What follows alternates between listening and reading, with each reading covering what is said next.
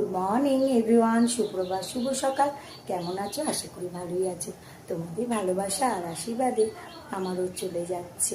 বলে না, যদি সবার আশীর্বাদ মাথার উপর থাকে তাহলে অনেক বিপদে আসো যেমন, কেটে যাও তেমন। যাই হোক, ভগবান আর তোমাদের আশীর্বাদ এই নিয়ে হয়তো বিপদটা এসছেও, কেটেও যাবে। তো যাই হোক, সবাই কিন্তু পুজোয় খুব খুব আনন্দ করো। দেখতে দেখতে দ্বিতীয়া চলেই আসলো।